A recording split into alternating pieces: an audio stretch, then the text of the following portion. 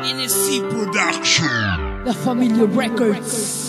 Ito ang aking tunay na buhay na kung saan ilalahad ang tunay na buhay naging karanasan. Dito mo maririnig kung sino ba ako noon. Masisilayan mo kung paano ako binago ng Panginoon. Ang aking tunay na buhay na kung saan ilalahad ang tunay na buhay naging karanasan. Dito mo maririnig kung sino ba ako noon. Masisilayan mo kung paano ako binago ng Panginoon. Samantala buksan ang inyong pandinig, kasabay ng awit ko sa puso nyo ay aantig. Ito ay hango sa aking buhay at sa utak yumanig. Ako ay parang down, biglang naubusan ng dilig. Dahil sa aking naranasan, binitawang kasintahan, nagising sa kasalanan at Diyos ay nagawa yan. Pero napakasakit, laging tanong sa Diyos ay bakit naranasan ng pasakit at ang puso ay may galit-galit. Kasabay ng mga luwang pumatak sa aking mata. Minsan ang tanong ko pa, o Ama, tunay ka ba? Buti merong kaibigan na sa akin gumabay, at ang sabi niya sa akin na sa agos sumabay. Wag na wag kang bibigay dahil ang Diyos ang nagbigay ng pagsubok at ng buhay kahit minsan matamlay. Buhay lagyan mo ng kulay at ikay maging matibay. Lagi mong pangahawakan na ang Diyos ay nabubuhay. Ito ang aking tunay na buhay na kung saan ilalahad ang tunay na buhay naging karanasan.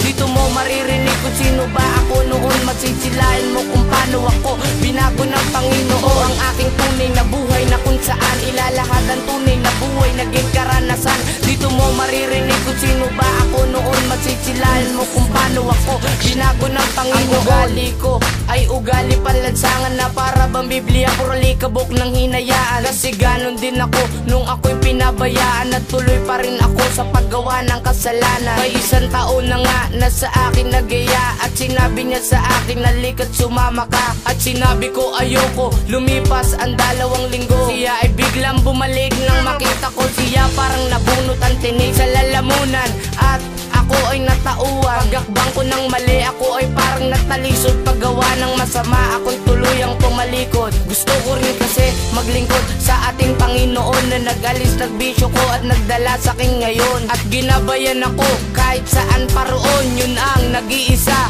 nating Panginoon.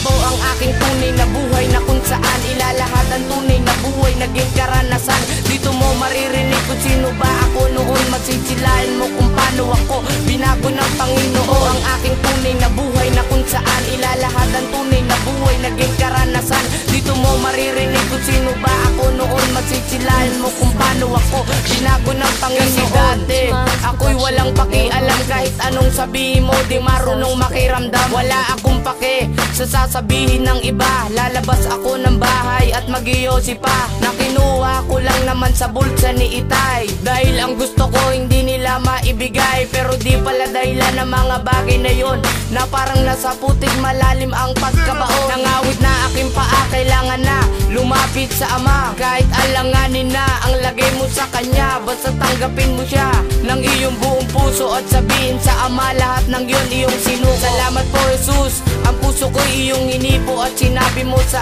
akin wag kong ialin tulad ng sarili sa iba. Dahil kahit ni minsan hindi ako naging sila. Ito ang aking tunay na buhay na kung saan ilalahad ang tunay na buhay naging karanasan.